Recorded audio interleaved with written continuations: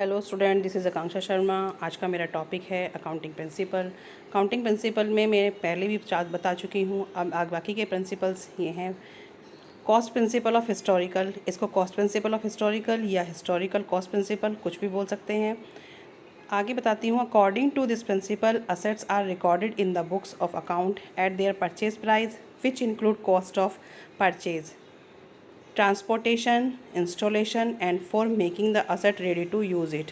According to this principle, assets जो भी assets record होती है बुक्स में, वो किस पे होती है? उसके परचेज प्राइस पे। और परचेज प्राइस के अंदर क्या क्या इंक्लूड होता है?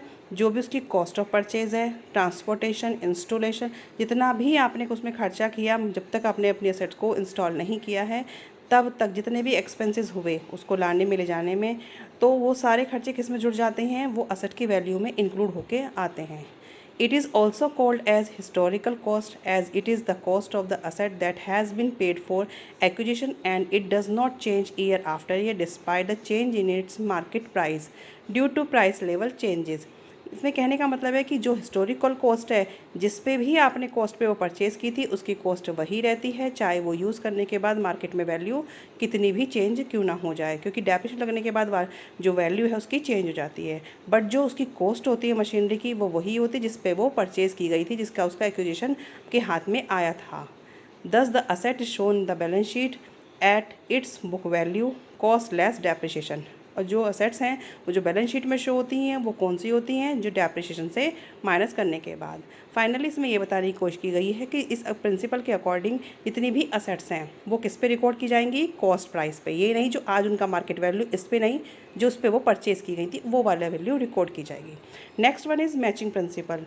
मैचिंग प्रिंसिपल को एक मैं शॉर्ट में बता देती हूँ। हमने जिस साल भी खर्चे किए हैं और जिस साल के खर्चे हैं वो उसी साल रिकॉर्ड किए जाएँ, उसी साल के एक्सपेंसेस एंड उसी साल की इनकम वो उसी साल में ही रिकॉर्ड की जाए। सेम ईयर के एक्सपेंसेस सेम ईयर में ही आपके रिकॉर्ड होंगे और सेम ईयर के एक्सपेंसेस एंड रेवेन्यू दोनों आपस में क्या होने चाहिए? मैच होने चाहिए। जैसे कि आपने एक्सपेंस और वो एक्सपेंस जो किया उसका, और जो एक्सपेंस किया और जो आपको रेवेन्यू हुई, अब वो रेवेन्यू आपके हाथ में आई या नहीं आई उससे कोई फ़र्क नहीं पड़ता, बट क्या है, वो रिकॉर्ड आपकी इसी साल ही होगी जिस साल वो खर्च की गई है।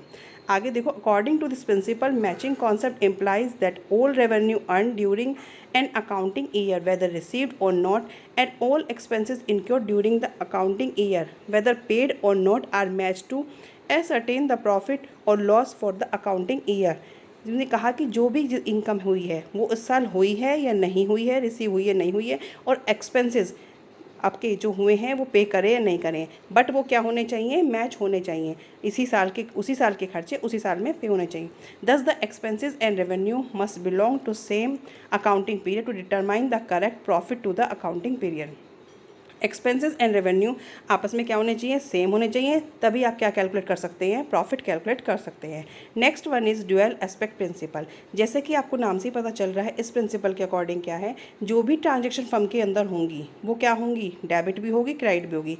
कोई भी आपने ट्रांजेक्शन की, हर ट्रांजेक्शन में दो अकाउंट अफेक्ट करते हैं। First one is debit and that second one is credit. जैसे कि according to this principle, every business transaction is recorded as having a dual aspect. In other words, every transaction affect at least two accounts. One account is debit, any other must be credited. The system of recording direction is called as double entry system. क्योंकि किसी भी transaction को आप करते हो, purchase goods for ₹2000 for cash, आपने goods purchase करी, cash में खरीदी, तो दो अकाउंट कौन से अफेक्ट कर रहे हैं? एक परचेज अकाउंट और एक cash account.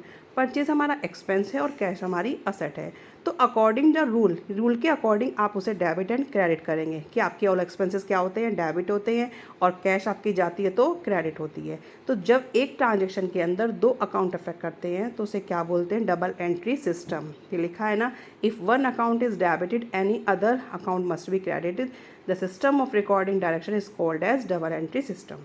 It is because of the principle that two sides of the balance sheet are always equal and the following account equation will always hold good at any point of time. Assets equal to liability plus capital. जब हम balance sheet prepare करते हैं तो उसकी दोनों side क्या आती हैं? इक्वल आती हैं। असेट्स किसके बराबर होने चाहिए? लायबिलिटी और कैपिटल के बराबर होने चाहिए। Okay, thank you.